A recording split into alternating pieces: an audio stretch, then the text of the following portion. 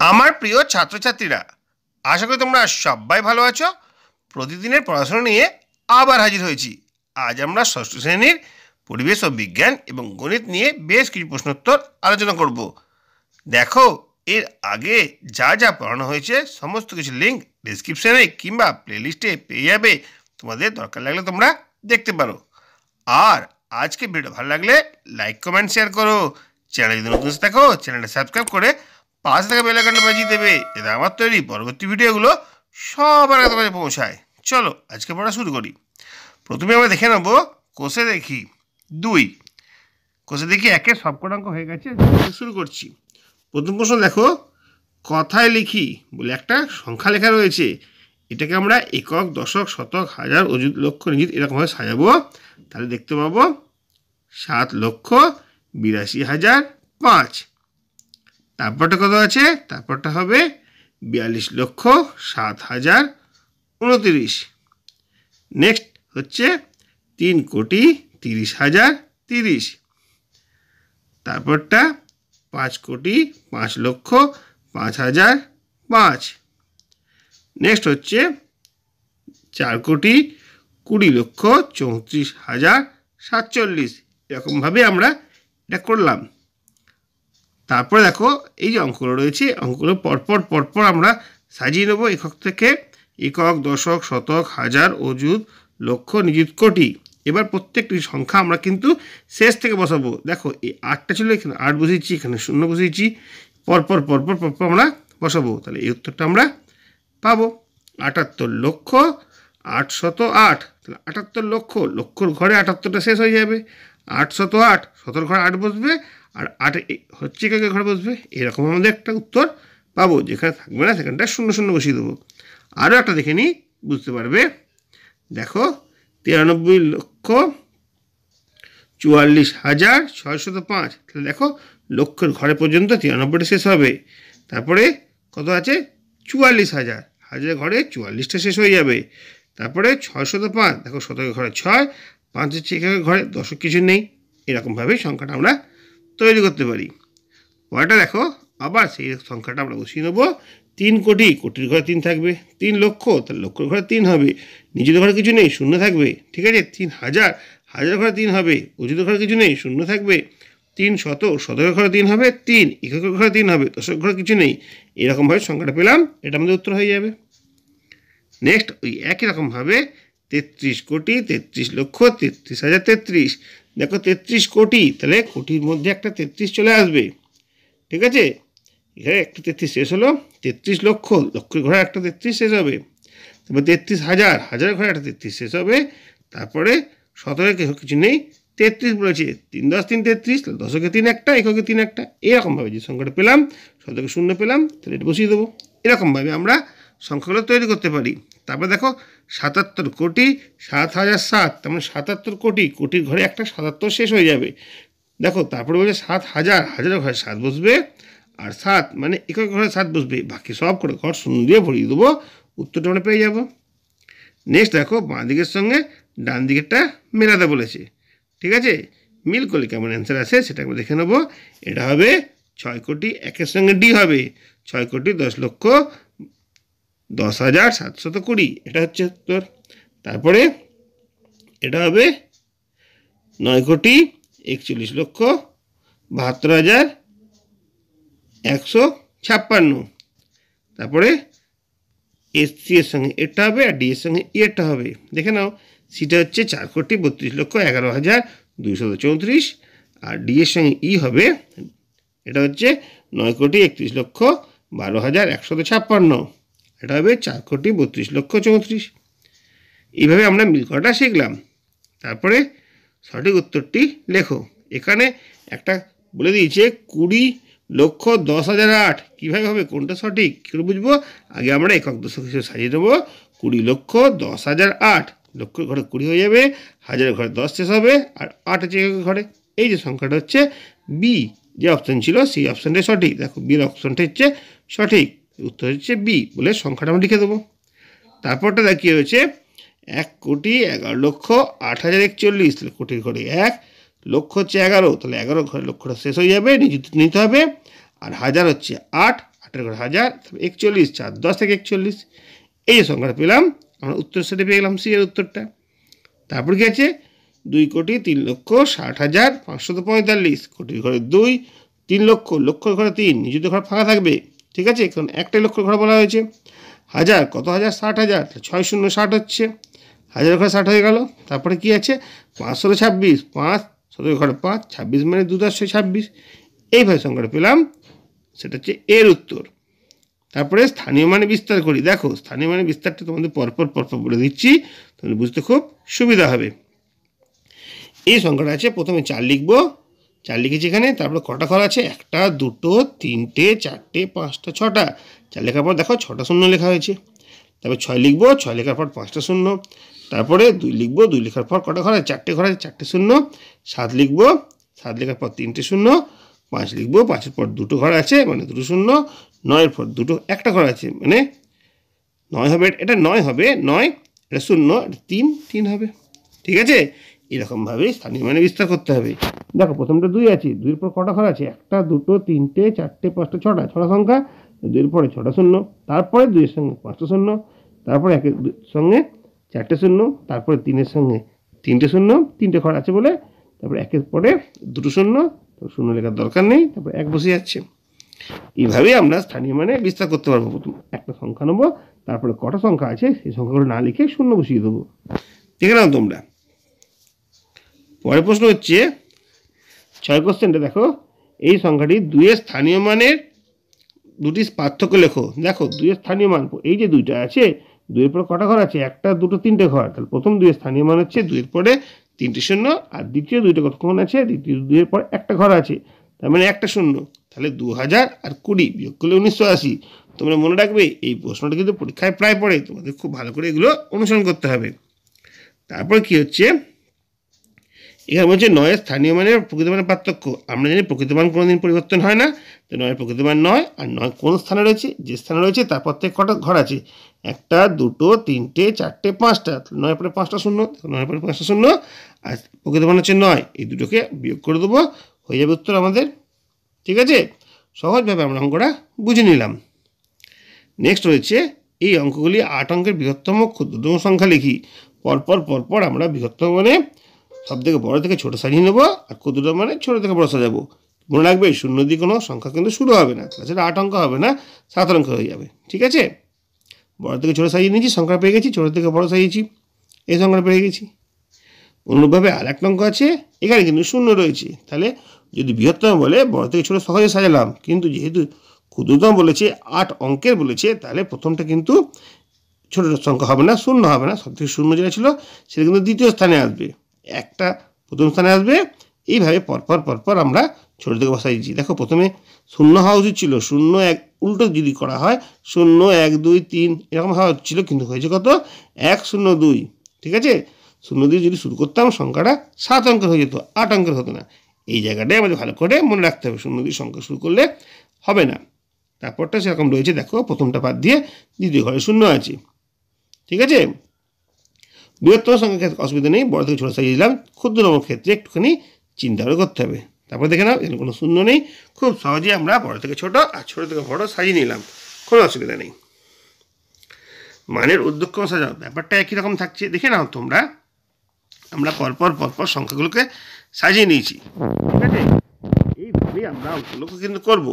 যে সংখ্যাগুলো দিয়েছে প্রথমে দেখবো নিজেদের ঘরে কত আছে, সবকটা 7, লক্ষর ঘরে সবকটা 5, তারপরে এখানে সবকটা 2, এখানে দেখো 5 5 6, ঠিক আছে। তাহলে এই সংখ্যাটা বড় হলো, সবকটা সংখ্যার মধ্যে এই সংখ্যাটা বড় হচ্ছে। আমাদের কী করতে দিয়েছে দেখে নেবো, আমাদের করতে দিয়েছে মানের ঊর্ধ্বক্রমে, মানে ক্রমে ঊর্ধ্বে উঠতে হবে, মানে ছোটো থেকে বড় করতে হবে। তাহলে দেখো এই সংখ্যাগুলোর মধ্যে সবথেকে বড় কিন্তু এই সংখ্যাটা আছে, আমাদের ছোটো সংখ্যা খুঁজে বার করতে হবে। তাহলে 3টের মধ্যে কোন সংখ্যা ছোট হবে। পরের ঘরে চলে যাই, দেখো 7 আছে 6 আছে 7 আছে 6 আছে, তাহলে কোনটা হচ্ছে সবথেকে বড় হচ্ছে এইটা, বাদ চলে গেল। তারপরে কী আছে দেখো এই দুটো যে সংখ্যা রয়েছে 6, এটাও 6 এটাও 6, তারপরে দেখবো এটাও 6 এটাও 5, তাহলে কোনটা ছোট, সবথেকে ছোট হচ্ছে এটা, সেটাকে লিখবো। তারপরে ঘুরিয়ে ফিরিয়ে পরপর যেটা হচ্ছে সেই সংখ্যাগুলো লিখলে আমাদের উত্তরটা আসবে। দেখো প্রথমে এই সংখ্যাটা আসবে, তারপরে এটা, ঠিক আছে, যেহেতু 5-এর থেকে 6 বড় আর 6-এর থেকে 7 বড়। ঠিক আছে, তাহলে আমরা এই সংখ্যাগুলো আমরা পরপর পরপর ছোট থেকে বড় হিসেবে সাজালাম। চিহ্নটা আমরা এরকমভাবে দেবো। প্রথমে লাস্টের সংখ্যা দেখব, তারপরে পরপর সংখ্যাগুলো দেখে আমরা করব। অনুরূপভাবে আরও একটা অঙ্ক আছে, এটা বুঝে নিই। দেখো সব থেকে ছোটো সংখ্যা কীভাবে বার করতে হবে। সবকটা এটা সমান, এটা সমান, এটা সমান, এটা কিন্তু সমান নয়। সবথেকে ছোটো কোনটা? সহজেই বলতে পারছি 2, তারপরে 3, তারপরে 5, তারপরে 7। তাহলে এই সংখ্যাটা সবথেকে ছোটো হবে, তারপরে এই সংখ্যাটা, তারপরে এই সংখ্যাটা, তারপরে এই সংখ্যাটা। এরকমভাবে আমরা সাজালাম। এখানে দেখো প্রথমটা দেখে বুঝতে পেরে যাব 5 আছে, 8 আছে, 0 আছে, 3 আছে। তাহলে সবথেকে ছোটো সংখ্যা কোনটা হবে? সবথেকে ছোটো সংখ্যা হবে এটা 0, তারপরে 3, তারপরে 5, তারপরে 8। মানের অর্ধক্রমে সাজাও, মানে বড় থেকে ছোটো সাজাতে হবে। ওই একই রকমভাবে সবথেকে বড় সংখ্যাটা খুঁজে বার করতে হবে। দেখো এখানে সব সমান, এটাও সব সমান, এখানেও সব সমান। এখানে কিন্তু 3, 3, 3, 2, তাহলে সবথেকে ছোটো হচ্ছে এটা, এটা বাদ দিলাম। এই 3টের মধ্যে যেগুলো একটা বড় হবে, এই দুটো ঘর দেখলাম, এটা 1, তাহলে এটাও বাদ দিলাম। দুটোই 2 রয়েছে, তাহলে এটা 1, এটা 0, তাহলে সবথেকে বড় নিশ্চয়ই এটা হবে। তারপরে এটা, তারপরে এটা, তারপরে এটা, পরপর পরপর এটা সাজানো আছে। এরকমভাবে আমরা ছোটো থেকে বড় বা বড় থেকে ছোটো লিখতে পারি। এখানে দেখো সবথেকে বড় কোনটা বার করতে হবে, দেখে নিচ্ছি আমরা। এইখানে দেখো সবথেকে বড় সংখ্যাটা আমরা এখানে পাচ্ছি, সেইভাবেই আমরা সংখ্যাটা তৈরি করব। এটা সবথেকে বড়, দেখে নাও তোমরা। 0 দিয়ে রয়েছে, এটা 0 দিয়ে রয়েছে, এটা 8 দিয়ে রয়েছে, এটা 6 দিয়ে রয়েছে। তাহলে 8 দিয়ে সংখ্যাটা সবথেকে বড় হবে, 6 দিয়ে সংখ্যাটা তারপরে হবে। তাহলে আর এই দুটোর মধ্যে কোনটা বড় আছে? এটা বড় আছে, এটা তাহলে 3 নম্বরে আসবে, আর এটা 4 নম্বরে আসবে। প্রথম নম্বর এটা, তারপরে এটা, তারপরে এটা, তারপরে এই সংখ্যাটা। এইভাবে আমরা বড় থেকে ছোট বা ছোট থেকে বড় সাজাতে পারছি। এখানেও দেখে নাও সবকটা 5, বুঝতে পারলাম না। সবকটা 1, এটা বোঝা যাচ্ছে না। সবকটা 0, এটা 8 আছে, তাহলে এটা সবথেকে বড় হবে। 0-র পরে এটা 0 আছে, এটা 8 আছে, তাহলে এটা 2 নম্বরে থাকছে, এটা 3 নম্বরে থাকবে, এটা 4 নম্বরে থাকবে। নেক্সট অঙ্কটাও আমরা পরের দিন করব। দেখে নিই অঙ্কটা কী আছে। দুটি সংখ্যার যোগফল এত বলেছে, একটি সংখ্যা এত হলে পরটি কত, কীভাবে বার করতে হবে? এটা থেকে এটা বিয়োগ করলেই আমরা পরের সংখ্যাটা পেয়ে যাবো। আসলে তোমরা বিয়োগ করতে পারো, তোমাদের কিছু বলছি না। এরপরে আমরা পরিবেশ নিয়ে আলোচনা করছি। আজকে আমরা পরিবেশে 21 পাতাতে পড়া শুরু করব। প্রথমেই দেখে নেব কী রয়েছে আমাদের চারপাশের ঘটনাসমূহ। প্রতিদিন আমাদের চারিদিকে নানা ঘটনা ঘটতে দেখি আমরা। এই সমস্ত ঘটনায় কোনো পদার্থ বা বস্তুর পরিবর্তন স্থায়ীভাবে ঘটে যায় অথবা ঘটে না। সকাল থেকে রাত পর্যন্ত কোনো জায়গায় আবহাওয়া ক্রমশ পাল্টে যেতে দেখি আমরা। পরের দিনটা শুরু হয় কি একইভাবে? হতেও পারে, আবার নাও হতে পারে। কাঠ জ্বালিয়ে রান্না করার সময় কাঠ পুড়ে ছাই হয়ে যায়, কিন্তু ইলেকট্রিকের বাল্ব জ্বালিয়ে যদি পরে নিভিয়ে দেওয়া যায়, বাল্বটা কি পাল্টে যায়? এরকম আরও ঘটনা প্রতিনিয়ত ঘটে চলেছে, যেগুলো একবার ঘটে গেলে আর আগের অবস্থায় ফিরে পাওয়া যায় না অথবা ফেরত পাওয়া যায়। বোঝা গেল কি বলছে? কিছু ঘটনা আছে, সেই ঘটনাগুলো আবার আগের জায়গায় ফিরে যায়, আবার যায় না। এবার আমরা দেখে নেব একমুখী ও বহুমুখী। কি বলেছে একটু ভালো করে পড়ি। সাবধানে একটা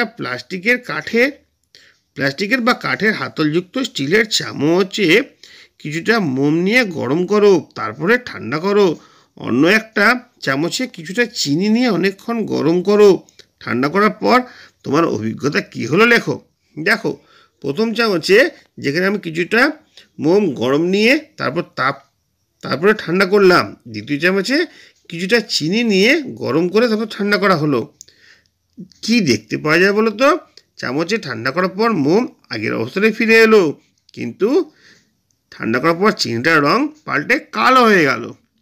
বোঝা গেছে? দুটো ক্ষেত্রে দুরকম পরিবর্তন আমরা দেখতে পেলাম।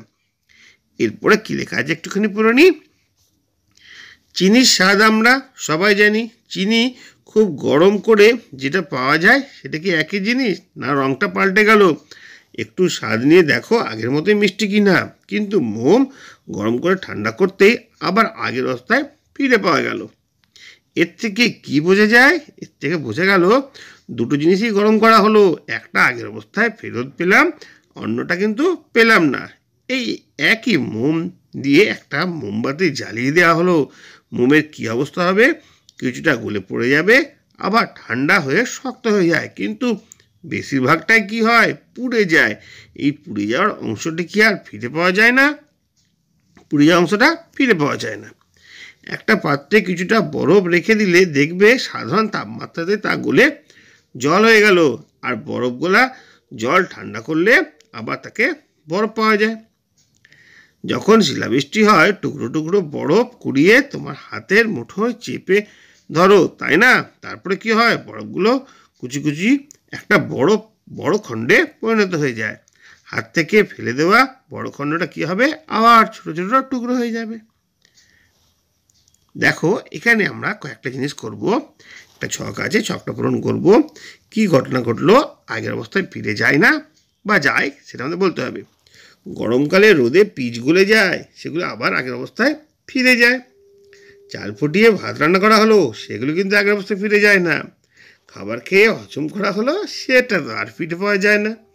এছাড়া বরফ গলে জল হলো, সেটা কিন্তু আগের অবস্থায় ফিরে পাওয়া যায়। ফুল থেকে ফল হলো, এটা কি আগের অবস্থায় ফিরে পাওয়া যায়? এটা আগের অবস্থায় ফিরে পাওয়া যায় না।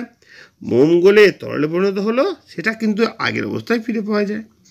সে দেখো, কয়েকটা ঘটনা আমরা দেখলাম যেগুলো আগের অবস্থায় ফিরে পাওয়া যাচ্ছে, আবার কয়েকটা ঘটনা যেগুলো কিন্তু আগের অবস্থায় ফিরে পাওয়া যাচ্ছে না। তা দেখতে পাচ্ছ, বহু ঘটনা ঘটে যেগুলি উল্টো দিকে ফিরে যাওয়া যায় না, তাকে বলে একমুখী। আর যেগুলো আবার আগের অবস্থায় ফিরে পাওয়া যায়, সেটাকে বলা হচ্ছে উভমুখী। এখান থেকে তোমরা প্রশ্ন করবে, কোনটি একমুখী, কোনটি উভমুখী পরিবর্তন। এবার দেখো, নিচে একটা ছবি দেখেছে, সেই ছবিতে কি ঘটনা ঘটছে, কোনটা একমুখী কোনটা উভমুখী তোমাদের বলতে বলেছে। দেখো, বরফ গলা এটা উভমুখী, বৃষ্টি উভমুখী, অঙ্কুর হওয়া, দেখো অঙ্কুর হওয়া কিন্তু এখানে একমুখী, ফুল ফোটা, ফুল ফুটছে, এটা কিন্তু হচ্ছে একমুখী। ঠিক আছে? ওপরের ছবিগুলোতে তুমি চক্রাকারে ঘটতে দেখেছো, ওপরের ছবিগুলোতে আমি দেখেছি বৃষ্টি হওয়াটাকে চক্রাকারে ঘটতে দেখেছি, কারণ সমুদ্রের জল সূর্যের তাপে বাষ্পীভূত হয়ে ওপরে ওঠে, আবার ঘনীভূত হয়ে বৃষ্টির চাপে নিচে নেমে আসে, এটাকে পর্যায়ক্রমে ঘটতে থাকে। তোমার নিজের অভিজ্ঞতা থেকে চক্রাকারে ঘটে এমন দুটি ঘটনার উদাহরণ দাও। যেমন জল জমে বরফ হয়, সেই তাপ পেলে সেই বরফ আবার জলে পরিণত হয়। অনুরূপভাবে মোম গলে যায়, সেই গলে যাওয়া মোম ঠান্ডা হয়ে আবার মোমে পরিণত হয়। এইভাবেই আমরা এই পরিবর্তনগুলো লক্ষ্য করেছি। দেখি আর একটু পড়ে নেব। এখান থেকে আমরা জানতে পারছি পর্যায়বৃত্ত বা অপর্যায়বৃত্ত। দেখো কি বলেছে, আমাদের বাড়িতে দেওয়ালে লাগানো ঘড়িটার কথা একবার ভাবো। দেখো, ঘড়ি আমরা সবাই দেখেছি। এবার ঘড়িতে কটা কাঁটা থাকে বলো তো? ঘড়িতে আমরা জানি দুটো করে কাঁটা থাকে, একটা ছোট কাঁটা, একটা বড় কাঁটা। কোন কাঁটাটা আমাদের কি দেখায়? আমাদের বড় কাঁটাটা ঘন্টার কথা বলে, আর ছোট কাঁটাটা আমাদের মিনিটের কাঁটা বলে। ঠিক আছে? এই কাঁটার সময় ঘড়ির কাঁটা দুটো একই সরলরেখায় আসে, কোনো সময় আবার মিশে যায়। ঠিক আছে? কখন এক সরলরেখায় আসে? যখন আমাদের 6টা বাজে তখন তার এক সরলরেখায় আসে, আবার যখন 12টা বাজে তখন পরপর তারা মিশে যায়।